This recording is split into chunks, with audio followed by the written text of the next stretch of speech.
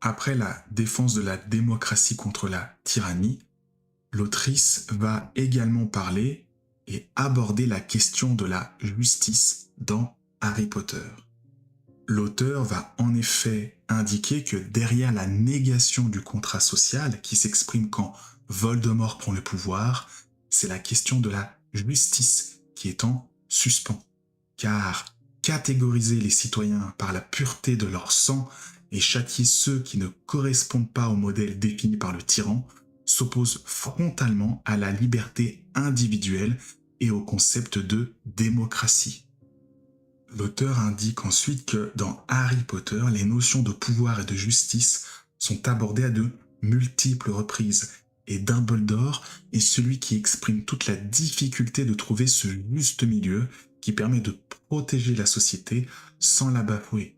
À l'inverse, Voldemort, lui, affirme que la puissance, c'est-à-dire le pouvoir physique, est tout. C'est la loi du plus fort, c'est-à-dire l'idée qu'un conflit, quel qu'il soit, ne peut se résoudre qu'à travers l'issue d'un rapport de force. L'auteur va faire le parallèle avec ce sujet en parlant de Machiavel, qui avait affirmé l'impossibilité pour chaque humain de sortir de cette logique, donc de rapport de force.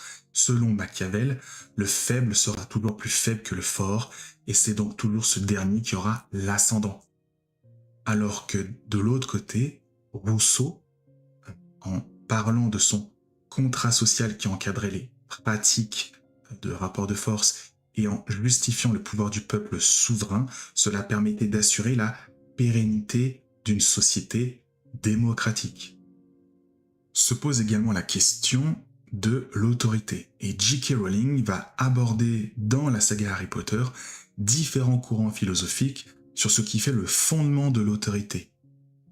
Elle peut reposer tout d'abord sur la soumission volontaire d'un peuple à un chef, donc ça, cela a été théorisé par Thomas Hobbes, et il y a une attribution, donc ici, par le peuple à des fonctions définies, donc comme c'est le cas des ministres.